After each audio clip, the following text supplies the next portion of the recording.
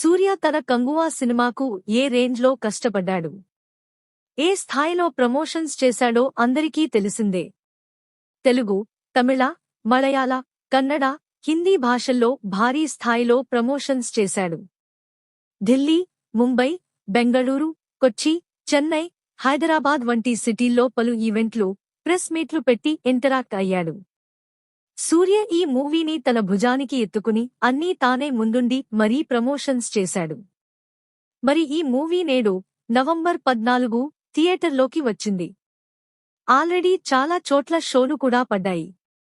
మరి ఈ మూవీ ఎలా ఉంది, ట్విట్టర్లో పరిస్థితి ఏంటి అన్నది చూద్దాం.